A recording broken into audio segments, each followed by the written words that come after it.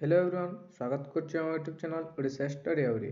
तो पिला माने आमे आलोचना करतला +3 6 सेमिस्टर ओडिया ऑनर्स रो तुमरो सिलेबस आमे पूर्वरु आलोचना करतला। क्लास तो स्टार्ट हेनी तो आमे सिलेबस आलोचना करतला जोटे कि तुमरो रहितला कोर पेपर दुईटी जोटे कोर पेपर दुईटी थिला कोर पेपर 13 और कोर पेपर 14। तो सिलेबस आम आलोचना करथिला। तो आज आम तार केतोटी लॉन्ग क्वेश्चन आम आलोचना करबा बुझिला। जोटे देख तुमर 6 सेमिस्टर रे कोर पेपर 13 रही अछि और कोर पेपर 14 रही अछि और डीएससी पेपर दुईटी रही अछि बुझिला। डीएससी पेपर 3 और 4 डीएससी पेपर 3 और 4 रही अछि।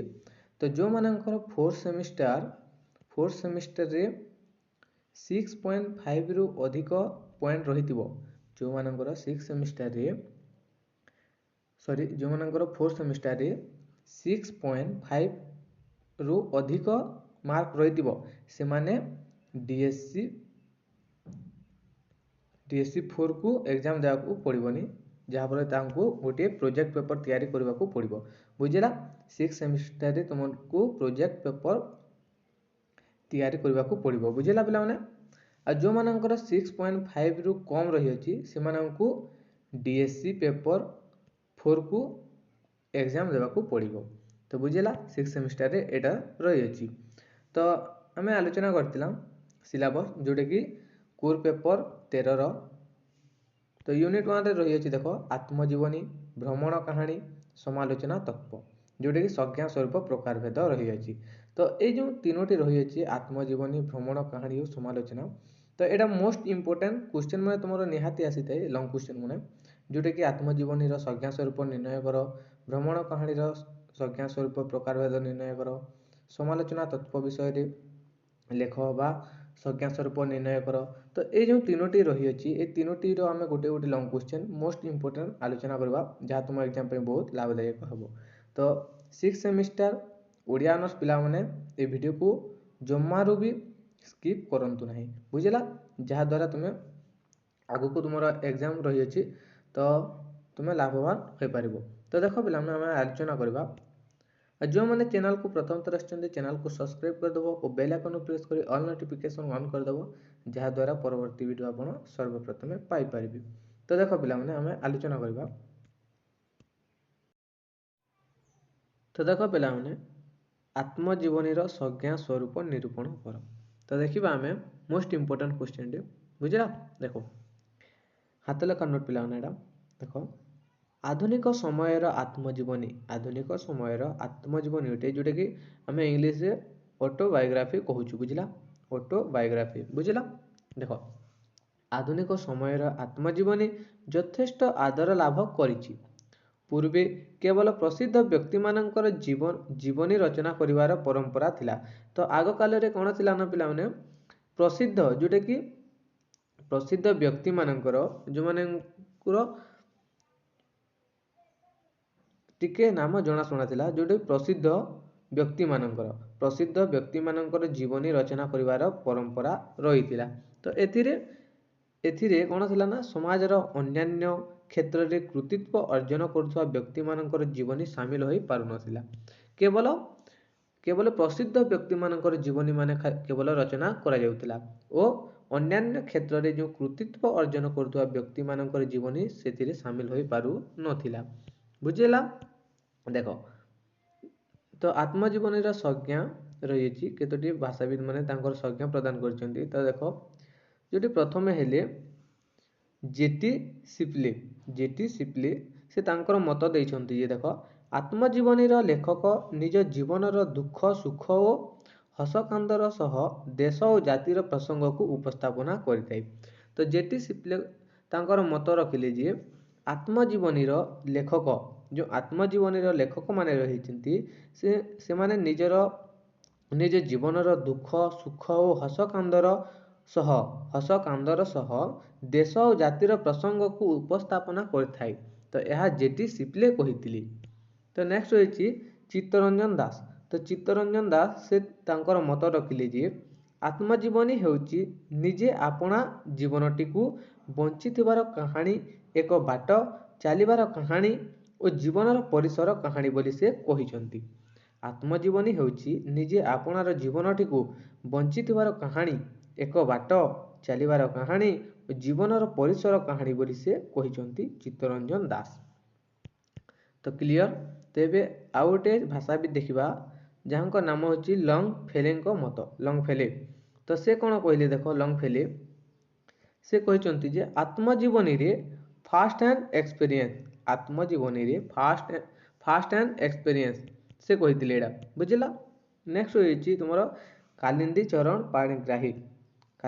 କାଲିନ୍ଦୀ ଚରଣ ପାଣିଗ୍ରାହୀ ସେ କ'ଣ କହିଲେ ତ ଦେଖ, ପୁଣି ସତ ହେଉ କି ମିଛ ହେଉ, ସତ ହେଉ କି ମିଛ ହେଉ, ଆତ୍ମଜୀବନୀ କହିଲେ ଆରମ୍ଭରୁ ଶେଷ ଯାକ ଖାଲି ମୁଁ ମୋର ମତେ। ତ ସତ ହେଉ କି ଆତ୍ମଜୀବନୀ, ସତ ହେଉ କି ମିଛ ହେଉ, ଆତ୍ମଜୀବନୀ କହିଲେ ଆରମ୍ଭରୁ ଶେଷ ଯାଏ ଖାଲି ମୁଁ ମୋର ଓ ମତେ, ମୁଁ ମୋର ଓ ମତେ ବୋଲି ସେ କହିଛନ୍ତି। ତ ଦେଖ ଆମେ ନେକ୍ସଟ ଦେଖିବା। ତ ଏଇଟା ଥିଲା ଆମର ସଂଜ୍ଞା। ତ ଏବେ ଆମେ ଦେଖିବା ପ୍ରକାରଭେଦ। ଆତ୍ମଜୀବନୀର ପ୍ରକାରଭେଦ ଦେଖିବା ଆମେ ପିଲାମାନେ। ତ ଦେଖ ଆତ୍ମଜୀବନୀର ପ୍ରକାରଭେଦ। ସମସ୍ତ ଆତ୍ମଜୀବନୀକୁ ଦୁଇ ଭାଗରେ ବିଭକ୍ତ କରାଯାଇଅଛି। ଗୋଟେ ହେଉଛି ବସ୍ତୁନିଷ୍ଠ ଆତ୍ମଜୀବନୀ, ଆଉ ଗୋଟେ ହେଉଛି ବ୍ୟକ୍ତିନିଷ୍ଠ ଆତ୍ମଜୀବନୀ। ତ ଆତ୍ମଜୀବନୀକୁ ଦୁଇ ଭାଗରେ ବିଭକ୍ତ କରାଗଲା, ଯେଉଁଟାକି ଗୋଟେ ହେଉଛି ବସ୍ତୁନିଷ୍ଠ ଆତ୍ମଜୀବନୀ, ଆଉ ଗୋଟେ ହେଉଛି ବ୍ୟକ୍ତିନିଷ୍ଠ ଆତ୍ମଜୀବନୀ। ତ ଆମେ ଦେଖିବା ବସ୍ତୁନିଷ୍ଠ ଆତ୍ମଜୀବନୀ କ'ଣ ନା, ବସ୍ତୁନିଷ୍ଠ ଆତ୍ମଜୀବନୀରେ ବ୍ୟକ୍ତି ତାଙ୍କ ଜୀବନରେ ଘଟିଥିବା ଘଟଣା କେବଳ ବିବରଣୀ ଦେଇଥାଏ। ଏହାକୁ ଘଟଣା ଓ ବିବରଣୀର ଏକ କାଲାନୁକ୍ରମିକ ଉପସ୍ଥାପନା କରିଲେ ଅତ୍ୟୁକ୍ତି ହେବ ନାହିଁ, ବୁଝିଲା। ତ ଦେଖ ପିଲାମାନେ, ତ ଦେଖ ନା କ'ଣ କହିଛି, ବସ୍ତୁନିଷ୍ଠ ଆତ୍ମଜୀବନୀରେ ବ୍ୟକ୍ତି ତାଙ୍କ ଜୀବନରେ ଘଟିଥିବା ଘଟଣାକୁ କେବଳ ବିବରଣୀରେ ଦେଇଥାଏ। ଏହାକୁ ଘଟଣା ଓ ବିବରଣୀର ଏକ କାଲାନୁକ୍ରମିକ ଉପସ୍ଥାପନା କରିବାରେ ଅତ୍ୟୁକ୍ତି ହେବ ନାହିଁ। ଏଥିରେ ବାହ୍ୟ ଘଟଣା ଛଡ଼ା, ଏଥିରେ ବାହ୍ୟ ଅର୍ଥାତ୍ ବାହାର, ଏଥିରେ ବାହ୍ୟ ଘଟଣା ଛଡ଼ା ଅନ୍ତର୍ନିହିତ ସତ୍ୟ ଉପସ୍ଥାପନା ଦେଖିବାକୁ ମିଳିନଥାଏ। କେବଳ ନିଜ ଭିତର ସବୁ ଘଟଣା ମାନେ ସବୁ ଆଲୋଚନା କରାଯାଇଥାଏ। ଦେଖ ବ୍ୟକ୍ତିନିଷ୍ଠ ଆତ୍ମଜୀବନୀରେ ଲେଖକଙ୍କ ଚରିତ୍ର ଓ ଅନ୍ତଃସ୍ୱର ଆତ୍ମପ୍ରକାଶ ପାଇଥାଏ। ତ ଦେଖ କ'ଣ କହିଲା ନା, ଯେଉଁ ରହିଅଛି ଆଉ ଗୋଟେ ରହିଅଛି ବ୍ୟକ୍ତିନିଷ୍ଠ ଆତ୍ମଜୀବନୀ। ତ ବ୍ୟକ୍ତିନିଷ୍ଠ ଆତ୍ମଜୀବନୀରେ ଲେଖକଙ୍କର ଚରିତ୍ର ଓ ଅନ୍ତଃସ୍ୱର ଭିତରେ ଯେଉଁ ସ୍ୱର ରହିଅଛି ଆତ୍ମପ୍ରକାଶ ପାଇଥାଏ। ଏଟା ସବୁ ବ୍ୟକ୍ତିନିଷ୍ଠ, ବୁଝିଲା। ଦେଖ ନେକ୍ସଟ ରହିଛି ତୁମର ଆତ୍ମଜୀବନୀ ଲେଖିବାର ସତର୍କତା ବା ସ୍ୱରୂପ। ତ ସଂଜ୍ଞା, ସ୍ୱରୂପ, ପ୍ରକାରଭେଦ। ଯେଉଁ ଆମେ ଏବେ ଦେଖିବା ସ୍ୱରୂପ। ତ ଦେଖ ପିଲାମାନେ, ଆତ୍ମଜୀବନୀ ଲେଖିବାର ସତର୍କତା ବା ସ୍ୱରୂପ। ତ ପ୍ରଥମେ ରହିଛି ଆତ୍ମଜୀବନୀ ସର୍ବଦା ସତ୍ୟମୂଳକ ଦଲିଲ ହେବା ଆବଶ୍ୟକ। ନା କ'ଣ, ଆତ୍ମଜୀବନୀ ସର୍ବଦା ସତ୍ୟମୂଳକ ବା ଦଲିଲ ହେବା ଆବଶ୍ୟକ ପିଲାମାନେ। ନେକ୍ସଟ ରହିଛି ଲେଖକ କେବଳ ସତ୍ୟ କହିଲେ ଚଳିବ ନାହିଁ। ଲେଖକ କେବଳ ସତ୍ୟ କହିଲେ ଚଳିବ ନାହିଁ, ସେହି ସତ୍ୟକୁ ନିଷ୍ଠାର ସହ ଉପସ୍ଥାପନ କରିବାକୁ ଉଚିତ।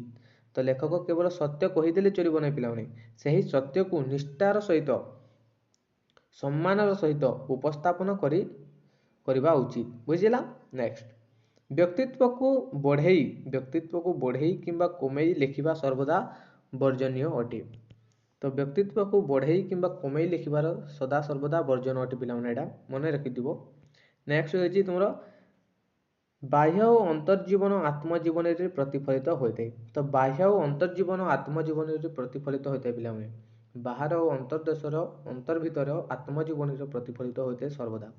ନେକ୍ସଟ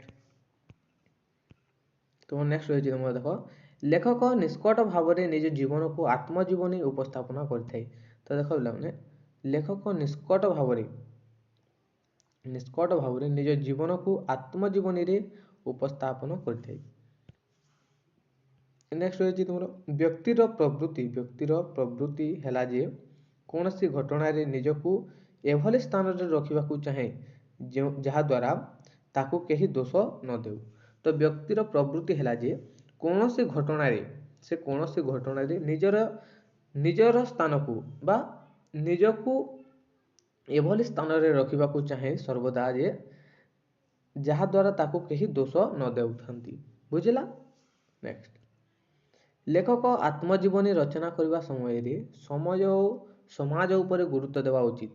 तो लेखक जितेबले आत्मजीवनी रचना करुछंती सेतेबले सर्वदा तांको ध्यान देवा पड़िबो जे समाज और समाज टाइम एंड सोसाइटी समाज और समाज उपरे अधिक गुरुत्व देवा उचित पिला माने बुझिला। नेक्स्ट यह प्रथम पुरुष यह हूँ प्रथम पुरुष फास्ट पर्सन शैली रचना कराए। तो प्रथम पुरुष शैली रचना कराए आत्मजीवनी को। नेक्स्ट रही तुम यह विषय केन्द्रिक रचना अटे पिला ये जो आत्मजीवनी रही है गोटे हूँ विषय केन्द्रिक रचना अटे। नेक्स्ट रही एथिरे लेखक निजर आवेग प्रेम और जीवन दर्शन को उपस्थापन करते। तो लेखक कौन करते ना जीवनर आवेग प्रेम और जीवन दर्शन को उपस्थापना करते आत्मजीवनी। नेक्स्ट तो नेक्स्ट रही तुम कौन लेखक उत्तम उपयोगी शैली आत्मजीवनी लिखा उचित अटे। तो लेखक उत्तम और स्वभाव उपयोगी शैली आत्मजीवनी लिखि था तो यहाँ उचित अटे पिला। नेक्स्ट केवल आत्मजीवनी गुण गुड़िक परिप्रकाश करदे हे ना पिला।